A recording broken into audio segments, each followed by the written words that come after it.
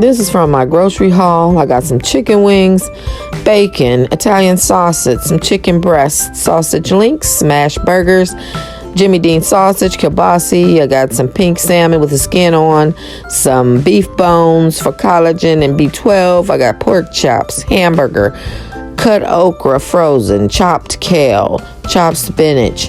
I got peas and carrots, broccoli florets, and mixed vegetables. I also got some fresh asparagus and broccoli. I got some bananas, some grapes, green apples, oranges, limes, mozzarella cheese, cheddar cheese, mushrooms, butter, horseradish, eggplant, ragu and prego. I got olive oil, chicken broth, beef broth, couscous, extreme fiber wraps, avocado, eggs, beets. I got some Swiss cheese and some roast beef, some sour cream.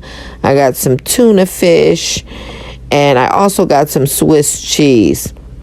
This is just another video showing the same items in case I missed something.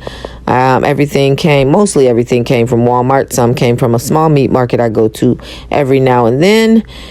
And all of this came to $197.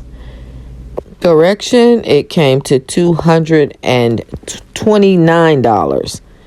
Thank you for watching. Have a wonderful day.